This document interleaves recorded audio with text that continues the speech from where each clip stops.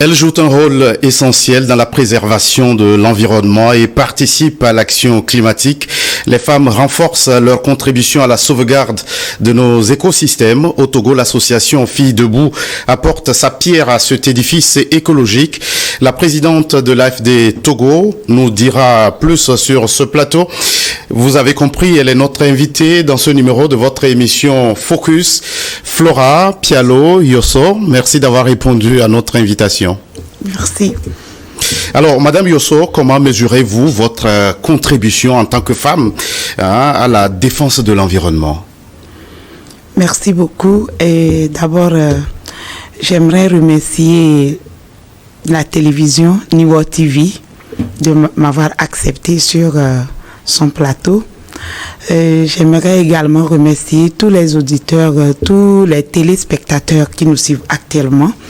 Merci à vous. J'aimerais remercier tous les membres de l'association, tous les acteurs dans le domaine environnement. J'aimerais les remercier.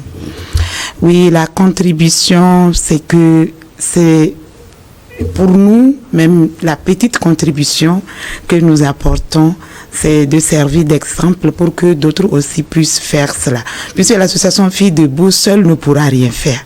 Voilà, donc c'est une petite goutte dans la mer. Mais quand même, il faudrait que cette goutte-là fasse marquer sa présence ou son passage. Voilà, c'est ce que nous on fait. Alors oui, quand on parle de l'action climatique, c'est une préoccupation au niveau mondial. Alors vous, en tant que femme, vous pensez que vous avez aussi votre partition à jouer?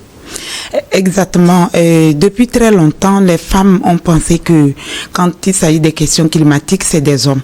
Parce que quand nous voyons dans chaque année, le 1er juin, nous savons que c'est la journée nationale de plantation des arbres. Au Togo. Au Togo, oui, au Togo. Et le plus souvent, c'est des hommes qui sont mobilisés autour de cela. Surtout dans des coins reculés, vous allez voir que ce sont des autorités locales. Et vous savez que les autorités locales, parmi ces autorités locales datant, il n'y a pas assez de femmes. Donc la question est restée entre les mains des hommes. Donc pour nous, l'association Filles Debout, c'est l'occasion de dire aux femmes, tiens, c'est une préoccupation de tout le monde. Et sachant que nous constituons la majorité de la population, donc c'est une urgence que les femmes puissent aussi s'engager dans ce combat-là. Voilà. Et récemment, vous avez organisé à Aouda, dans la région centrale du Togo, une formation en fabrication des foyers améliorés au profit des femmes. En quoi la mise en œuvre de ce projet était-elle importante pour vous? Merci beaucoup. La formation en fabrication des foyers améliorés, nous visons 2 objectifs. D'abord, soutenir les femmes. Les femmes, on dit souvent, il y a un proverbe qui dit « Apprends-moi à pêcher que de me donner du poisson ». L'association Filles Debout n'a pas des moyens pour aller aider ces femmes afin qu'elles puissent sortir de la pauvreté. Ce que nous avions visé en les formant en fabrication de foyers améliorés, c'est qu'elles puissent d'abord fabriquer ces foyers améliorés, les vendre et gagner de l'argent, tout en protégeant l'environnement. Le deuxième objectif, ces foyers améliorés permettent de réduire la consommation du charbon. Donc, la bataille des arbres sera réduite. Alors, quand l'abattage des arbres sera réduit, mais qu'est-ce qu'il faut faire? Quand tu coupes un arbre, il faut le remplacer. Là, c'est pour ça aussi que nous avons procédé au reboisement. Alors, 2 objectifs visés. D'abord, économique, leur permettre de gagner le pari de leur autonomisation financière. Exactement. Et puis contribuer à renforcer notre couvert végétal. Quel changement espérez-vous dans la vie de ces femmes? Dans la vie de ces femmes, nous espérons d'abord la réduction de l'épanouissement. quand la pauvreté sera réduite, donc l'épanouissement, les enfants pourront bénéficier de ces revenus-là. Vous savez que quand la femme a, c'est pour toute la famille, alors nous espérons ce changement-là. Mais également, nous avons dénommé notre projet Aouda Vert. Pour nous, c'est que avec la participation de ces femmes très nombreuses de ce canton-là, Aouda sera vert comme le nom du projet l'indique. Donc nous allons reboiser, elles vont continuer le reboisement, ce n'est que le lancement. Le projet couvre 2 ans.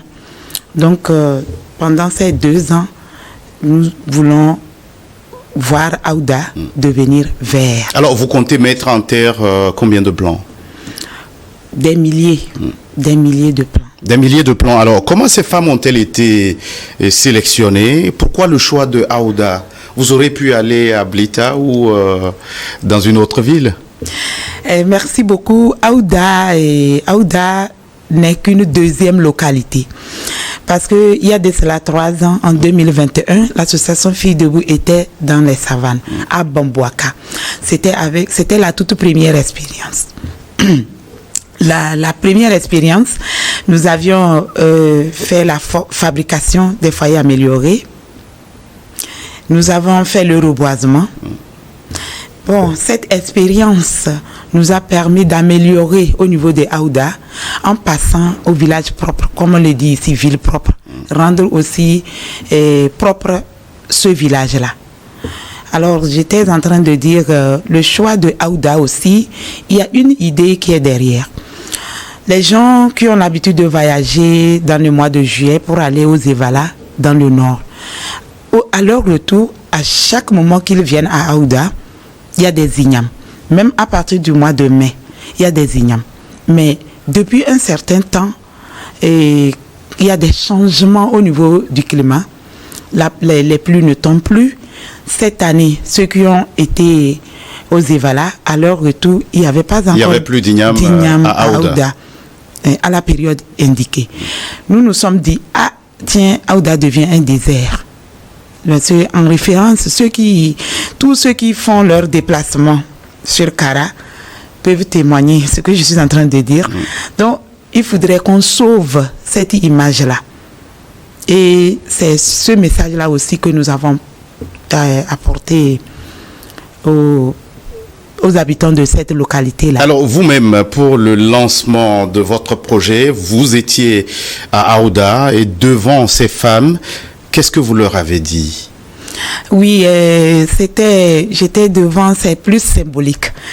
Et pour qu'elles sachent que je ne suis pas venue leur dire faites. C'est que moi-même je fais.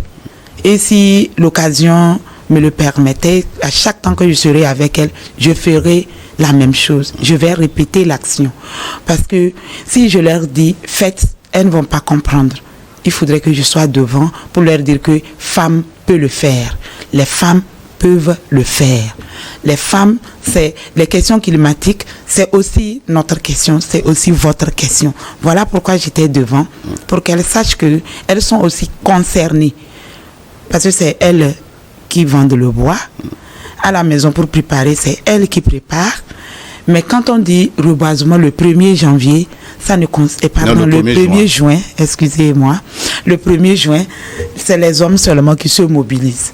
Non, moi je suis là pour leur dire que la question les questions climatiques, c'est que nous sommes concernés, nous les femmes. Aux côtés des hommes, bien sûr. La femme aussi peut jouer sa partition dans ces questions climatiques. Et alors, vous avez couplé votre formation, vous l'avez souligné, avec une opération de reboisement. Est-ce que le symbole, c'est parce qu'à Aouda, on coupe beaucoup les arbres? Non, pas à Aouda seul. Au Togo, vous voyez, sur toute l'étendue du territoire, on coupe toujours. Vous êtes là, nous sommes ici à Lomé, nous savons que chaque jour, des milliers de sacs de charbon rentrent à Lomé. Ça vient de l'intérieur. Et quand les arbres viennent, il faut tout faire pour les remplacer. Voilà, ce n'est pas à Aouda seul. Et puis, le reboisement, nous avons commencé à un endroit. Moi, quand on reboisait, il y avait un cadre du milieu qui nous a rappelé que les arbres qui étaient coupés, si vous regardez à côté, il y a des arbres qui ont été coupés là-bas. Et lui, il nous faisait savoir ces arbres-là, c'était des arbres plantés par les Allemands. Vous voyez? Alors, je disais, mais c'est quoi? Donc, c'est le jour-là que j'ai appris ça. Et je lui disais, ah, là, les Allemands ont planté, nous, on a coupé. Il faudrait quand même qu'on remplace. On remplace. Voilà. Donc, je n'ai jamais su que c'était ça.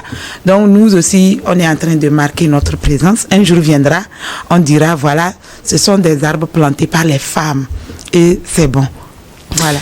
Et l'ambition du Togo pour le reboisement, c'est d'atteindre le milliard de plants mis en terre jusqu'en 2030, une manière pour l'AFD Togo de sonner la mobilisation des femmes pour cette cause environnementale?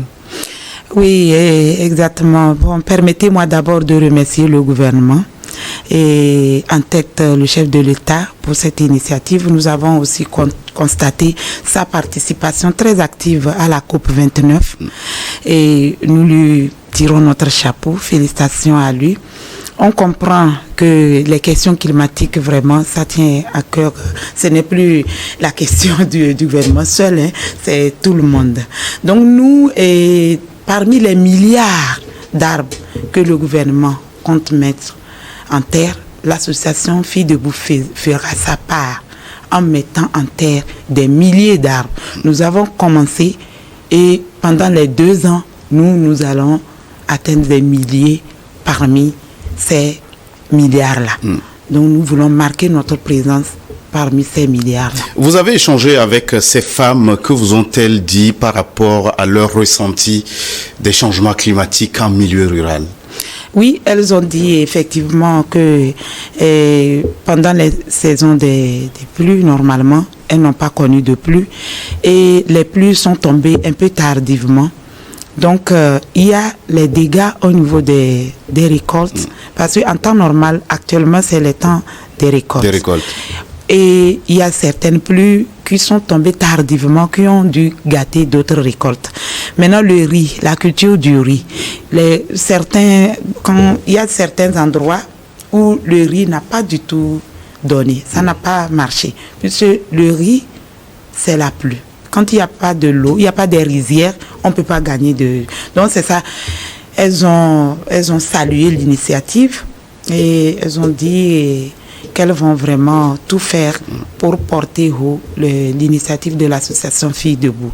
Ouais. Alors, vous avez souligné le fait que il y a 3 ans, vous étiez à Bamboaka, dans la région des Savanes. Est-ce que c'est les mêmes opérations que vous avez menées là-bas? Ici, il y a eu une particularité à Bamboaka qu'à Aouda. Oui, c'est l'occasion aussi de saluer les femmes, les braves femmes de Bamboaka, parce que malgré que nous sommes partis, elles tiennent jusqu'alors leur projet. C'est l'occasion de leur dire merci, saluer toutes les autorités qui nous avaient appuyés quand on était dans la localité. Bon, c'était magnifique, donc merci beaucoup à eux. Les femmes, lors du forum, je crois, d'agriculture, elles étaient à Kara, elles sont allées présenter leurs produits. Le chef de l'État était là, elles ont présenté leurs produits. Elles continuent de fabriquer les foyers et les vendre. Nous avons fait le suivi parce qu'un projet, ça nécessite un suivi. Nous avons fait le suivi. Nous avons vu que les plantes que nous avions mises en terre, il y a ces plantes-là actuellement qui sont en train de grandir. Alors oui, ces plantes sont entretenues. Voilà, les plantes sont entretenues. Est-ce qu'il y a d'autres qui ont été encore ajoutées à la suite de votre opération? Il y a eu encore des reboisements? Exactement, sur la montagne. Avec les autorités locales, ils nous avaient promis qu'ils allaient continuer le reboisement sur la montagne. Donc, ils ont continué.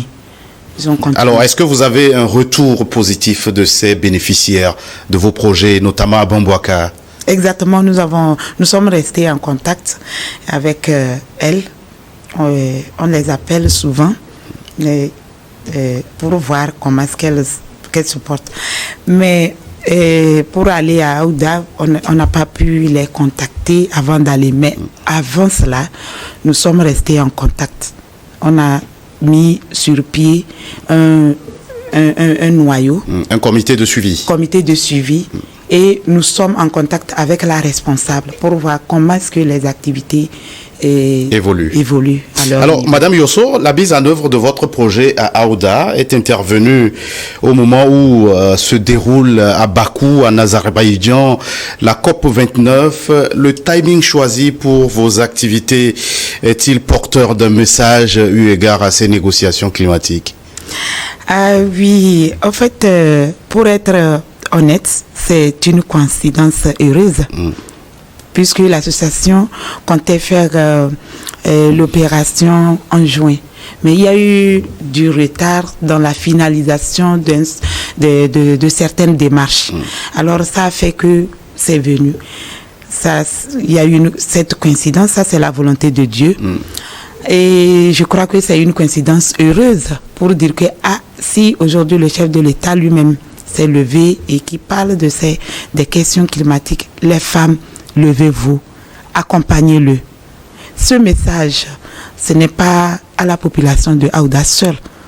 Tous ceux qui sont en train de nous suivre actuellement, toutes les femmes, voilà, qui sont en train de nous suivre actuellement, il faudrait qu'elles sachent que la question, elle est devenue très sérieuse et qu'elles doivent aussi se mettre debout pour accompagner les gens. Pour jouer leur partition. Alors après Aouda, quelle est la prochaine étape dans votre combat pour la préservation de l'environnement? Exactement, nous avons continué dans les savanes. Aujourd'hui, nous sommes dans la centrale. Et les prochaines fois, on peut choisir une autre région de notre pays pour mettre en œuvre ce projet-là. Et pour le moment, on n'a pas encore une idée précise de quelle localité devra bénéficier de votre prochain projet? Non, pas encore. Pas encore. On va se retrouver avec les autres membres de l'association et on va choisir. Auriez-vous un mot de la fin avant qu'on ne se sépare, Madame Yosso? Oui, le mot de fin, c'est vraiment d'inviter tout le monde.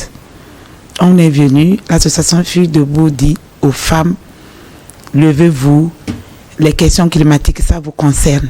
Mais nous ne sommes pas venus pour substituer les hommes. Il ne faudrait pas qu'ils pensent que les femmes font ce travail, ce n'est plus la peine. Non, nous tous ensemble pour la cause climatique au Togo. C'est très important. Tous ensemble pour la cause climatique au Togo. Le message de Flora Pialo Yosso. Merci d'être passé sur ce plateau. Merci, c'est moi qui vous remercie. Merci aussi à vous qui êtes restés en notre compagnie. À très vite pour un autre numéro de votre émission Focus.